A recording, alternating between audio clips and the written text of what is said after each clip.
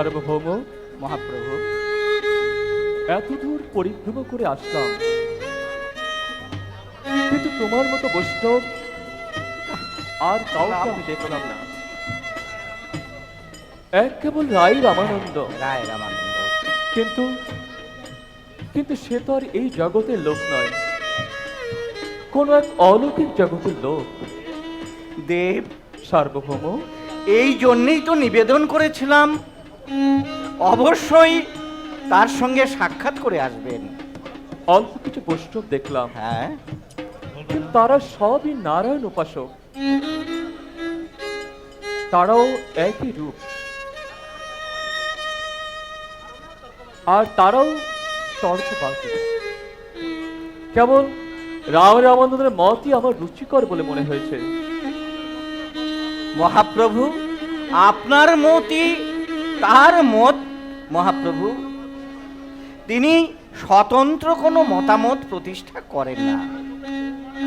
তার মতই বহুমান্য এবং শাস্ত্রসম্মত। মহাপ্রভু, আপনার স্নান আদির সময় হয়েছে। ঠিকই বলেছ, তোমাদের যা ইচ্ছা তাই হোক। আর তুমিও তোমার নিজের ঘরে ফিরে যাও। মহাপ্রভু,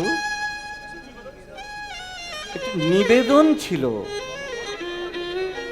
সার্বভৌম, বলো, কি তোমার নিবেদন? যদি আপনি অভয় দেন তাহলেই আমি নিবেদন করব। তুমি নির্ভয়ে বলো সার্বভৌম। মহাপ্রভু, আপনার শ্রীচরণ কমল দর্শন করবার জন্যেই গজপতি মহারাজ প্রতাপ রুদ্রদেব অতীব উৎকণ্ঠিত হয়ে রয়েছেন। যদি আপনার অনুমতি হয় তাহলে তিনি এই নীলাচল ধামে এসে আপনার শ্রীচরণ বন্দনা করবেন। তিনি পত্র মারফত আমাকে এই কথা লিখে জানিয়েছে। সার্বভৌম, মহাপ্রভু। সার্বভৌম, হ্যাঁ মহাপ্রভু। কেন তুমি এরূপ অনুচিত অনুরোধ করছো? আমি বিষয় বিরক্ত সন্ন্যাসী, তাই আমার পক্ষে রাজ দর্শন করার কোনো স্ত্রীলোককে দর্শন করার মহাপ্রভু। আর এই উভয় দর্শনই বিষ ভক্ষণের মতো ভয়ঙ্কর। মহাপ্রভু, আপনি যা বলছেন তা সত্যি, কিন্তু মহারাজ প্রতাপ রুদ্রদেব তো একজন সাধারণ রাজা নন। তিনি এই জগন্নাথ দেবের একনিষ্ঠ সেবক এবং একজন শ্রেষ্ঠ ভক্তও বটে। কিন্তু তা হলেও রাজা কাল স্বল্পের মতো ভয়ঙ্কর।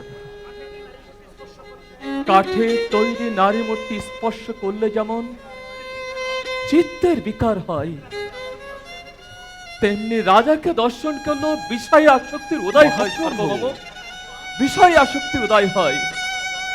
হ্যাঁ বলুন। তাই ভট্টাচার্য, আর কখনো তুমি এরূপ অনুরোধ করবে না। এরপরও যদি তুমি এরূপ অনুরোধ করো, হ্যাঁ, তাহলে আমি তোমাকে ছেড়ে, আমি এই নীলাচল ছেড়ে, সবাইকে ছেড়ে দূর, বহু দূরে চলে যাব। মহাপ্রভু, না না, আমি আর কখনো এমন অনুচিত অনুরোধ করব না। আপনি যাবেন না, আপনি যাবেন না ভট্টাচার্য, আপনি যাবেন না। আমাদের স্নান আহ্নিকের সময় হয়েছে, চলো আমরা আমাদের স্নান আহ্নিক সম্পাদন করি। চলুন মহাপ্রভু, আপনার যেমন ইচ্ছা।